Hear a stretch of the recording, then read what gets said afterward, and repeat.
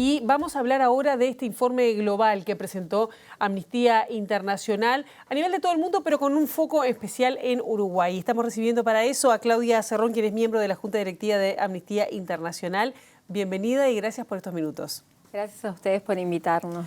Amnistía hizo un estado de situación sobre el tema de los derechos humanos en el mundo. Vamos a enfocarnos en lo que es la situación en América Latina o en las Américas, ¿no? ¿Cuáles son los aspectos que vos dirías se destacan en este seguimiento que hace año a año Amnistía Internacional de los temas que están pendientes de los derechos humanos que aún cuestan ser reconocidos? Bien, mira, te voy a dar un poco primero de contexto sobre las particularidades que tiene este informe, porque si bien Amnistía saca todos los años un informe anual, este año ha decidido poner foco en las distintas regiones para trabajar más en profundidad y nosotros hemos vuelto a realizar, como otros años, un informe ampliado sobre la situación de los derechos humanos, específicamente en Uruguay.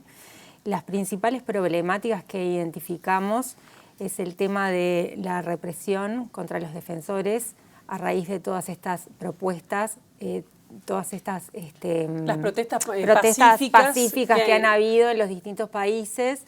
El caso de Chile es emblemático, claro, Ecuador también, bueno, Venezuela, protestas pacíficas que son reprimidas de forma violenta por la autoridad policial. Sí, incluso en el cambio de gobierno, por ejemplo, de Evo Morales, las nuevas normativas que se han instalado permiten a las autoridades policiales prácticamente militarizar el tema del ataque a la población y a través de drones Amnistía ha podido registrar asesinatos a los manifestantes directamente. Eso es lo que más nos está preocupando en este momento porque sentimos que después de la investigación, que ha sido una investigación imparcial y muy a fondo, se ve claramente que es una cosa de todas las Américas y el Caribe. Y que hacía tiempo que no se veía en la dimensión que demostró en este último año, ¿no?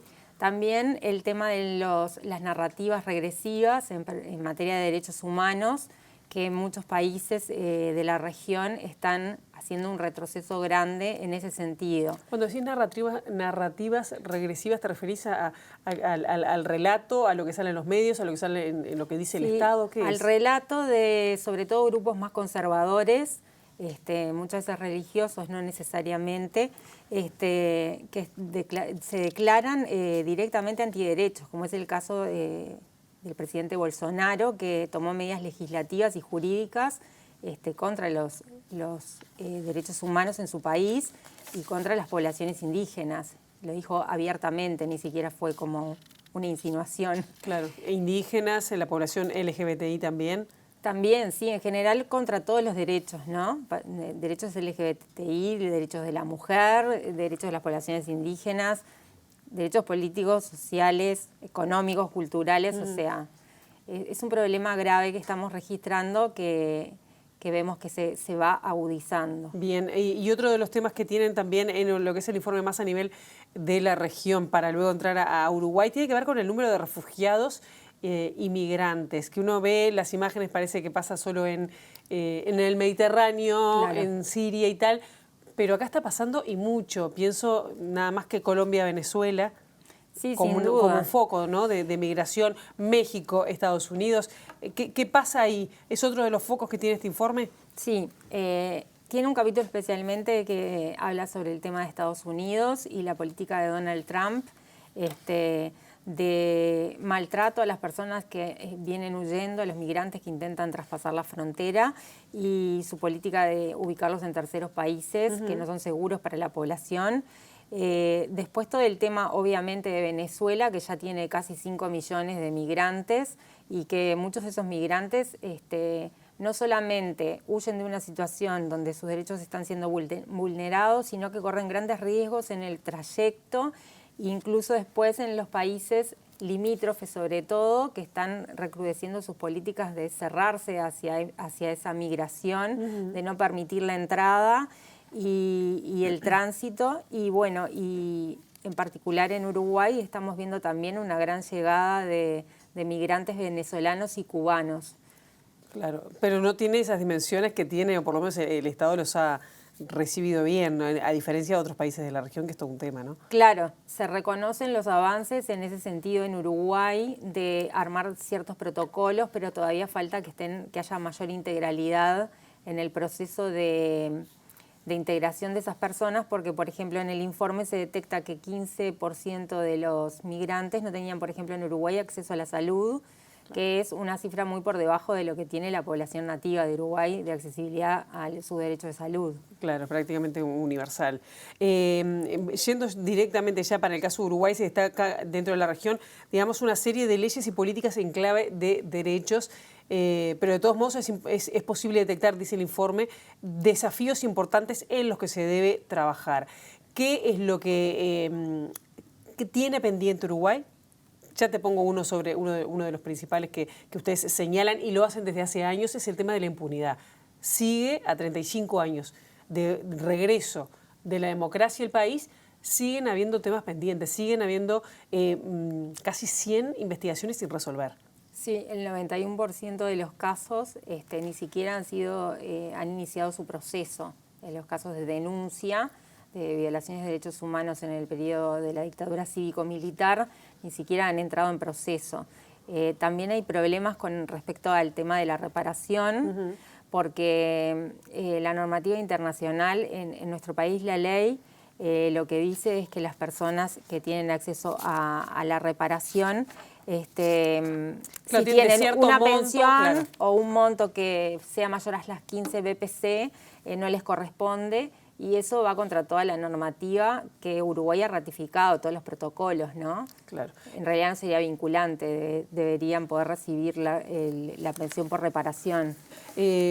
Claudia, también hablan de avances que han habido respecto a la violencia basada en género con la aprobación de la ley, pero también hablan de inconsistencia de números que denota entre el Ministerio del Interior o las cifras oficiales de muerte de mujeres y las organizaciones sociales como un llamador de atención. Sí, porque el informe da cuenta de lo que es el periodo 2018-2019. Claro. Y ahí los datos oficiales dicen que hay 24 mujeres muertas, mientras que la sociedad civil detecta 35 casos. Entonces ahí no solo se ve que existe una brecha de que no se están considerando estadísticamente o monitorizando bien los datos por parte del gobierno, sino que además hay una brecha conceptual de qué se consideran femicidios y qué no. Sí, con una diferencia además de 10, casi de 10 personas, ¿no? Sí. Entre Después Amnistía Internacional celebra el que se haya avanzado en la ley, en la compra de tobilleras, que se haya declarado en diciembre la ley de emergencia en este sentido, pero nos preocupa el tema de la implementación, de cómo se va a trabajar en el tema de fortalecer económicamente y generar recursos para que la ley pueda ser implementada, que haya refugios para las mujeres y mayor cantidad de educación en materia de derechos humanos para toda la población y especialmente en derechos sexuales y reproductivos, que es algo que pensamos que Uruguay ha hecho avances en ese sentido, pero todavía falta mucho para que lleguemos a un punto, digamos, menos crítico. Ni siquiera de ejercicio efectivo, menos crítico. Actualmente hubo, en ese periodo que yo te mencioné, 2019, 32.000 denuncias sobre violencia de género, que es una cifra impactante y que representa 13 denuncias por minuto. Claro. Entonces, bueno, nosotros queremos ver que el Estado realmente fortalezca esta ley como una ley integral y que haya mayor coordinación entre las distintas estructuras del Estado que están involucradas en la temática. Si tuvieras que destacar otro capítulo, ¿cuál sería? Porque ustedes hacen mucho énfasis y lo hacen también desde hace años en el tema de cárceles. Sí. ¿No se ha avanzado en este sentido? No, la situación carcelaria sigue siendo dantesca. ¿Aún comparado con otros países? Sí, nosotros tenemos una población carcelaria muy elevada, somos los segundos con mayor cantidad de población carcelaria después de Brasil y tenemos una de las tasas más altas del mundo. La verdad es que las condiciones de hacinamiento y de vida de las personas privadas de libertad deja mucho que desear. En Uruguay se ha categorizado los distintos penales de acuerdo a los que tienen tipo 1, tipo 2, tipo 3. Los que tienen posibilidades de rehabilitación son apenas un 26%. Un 26%, perdón, están en condiciones infrahumanas prácticamente, con todos sus derechos violados. Tratos crueles, inhumanos y degradantes. Y un 46% no tienen ninguna posibilidad tampoco de rehabilitación, solo un 24% queda en el sector que es posible rehabilitar. Claro. Entonces hay que hacer como mucho trabajo en ese sentido de todo tipo de infraestructura, de educación, sobre todo de capacitación también para el personal que atiende a los centros y tratar que sobre todo lo que es en el tema menoridad no tender a la reclusión. Te saco un poquito del informe, pero tiene que ver la pregunta que sigue con lo siguiente. Hay un cambio de gobierno que va a concretarse el próximo domingo y hay...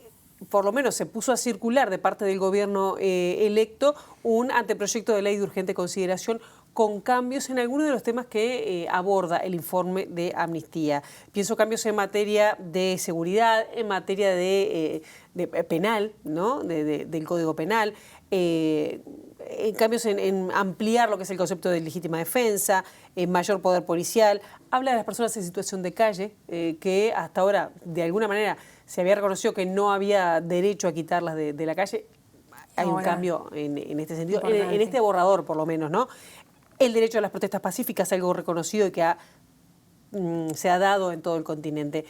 ¿Cómo observa una organización como Amnistía estos cambios propuestos por el gobierno que ingresa a partir del 1 de marzo? ¿Se ha abordado? Sí. Digamos, marca una regresión en algunos de los derechos que están pendientes, ¿no?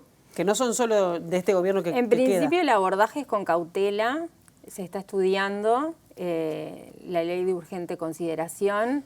El mecanismo no está previsto en general ni se ha utilizado para una ley con estas características que tiene innumerables puntos que aborda y diferentes temáticas en un periodo de plazo muy corto.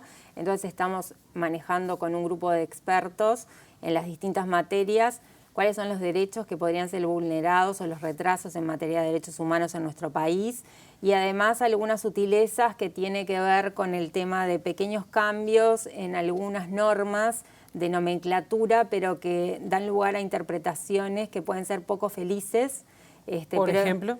No tenemos todavía el informe terminado sobre eso, ya te digo, lo está trabajando un grupo de expertos porque es muy amplio, pero estamos trabajando intensamente incluso con otras coaliciones que trabajan algunas de las temáticas en conjuntos con nosotros para manifestarnos al respecto. Amnistía nunca se manifiesta en ningún tema sin antes hacer una investigación profunda. Porque estos informes los hacen expertos que de manera que honoraria, ¿cómo es que van siguiendo los trabajos a lo largo del tiempo? En realidad hay un trabajo en red, pero también hay una serie de expertos, sí, que son rentados, que son los investigadores de la organización y se dedican a trabajar en este tipo de procesos, tienen determinadas expertise. El tema de la ley de urgente consideración es que requiere de expertise de un amplio espectro, digamos, claro. No solamente la parte legal, porque toca muchísimos temas. Claro, tú no es la primera vez que estás en la gobernanza, digamos, de Amnistía Internacional, hace muchos años además que la integrás. ¿Cómo has visto una evolución a largo plazo? Pienso además por los cambios que se están dando en la región, ¿no? Estamos más expuestos a un retroceso en muchos derechos, no hablo solo del caso de Uruguay, pero en la región. Sí, eso es lo que se ve a través de las investigaciones, es que existe la posibilidad de que hayan mayores retrocesos o de que las leyes que han sido ya ratificadas o promulgadas tengan problemas serios a la hora de la implementación. En ese sentido, Amnistía Internacional insta no solo al gobierno de Uruguay, a otros estados también, a apegarse a la normativa internacional y a los protocolos y pactos que ya han firmado. Por ejemplo, en el caso nuestro de contraimpunidad, muchas veces se ha señalado por parte de los relatores el tema de la imprescriptibilidad de los delitos cometidos de lesa humanidad, que la Suprema Corte de Justicia uruguaya interpreta que son prescriptibles. Entonces ahí tenemos un conflicto normativo y bueno, la normativa internacional está por encima. Entonces, bueno, que Uruguay, más allá de los gobiernos que tengamos, el Estado en sí asuma sus compromisos y los respete. Claudia Zarrón, de Amnistía Internacional, gracias por estos minutos. Los temas quedaron planteados y quien quiera conocer el informe está disponible en la página web. ¿No? Fácil de llegar. Gracias. Gracias a ti.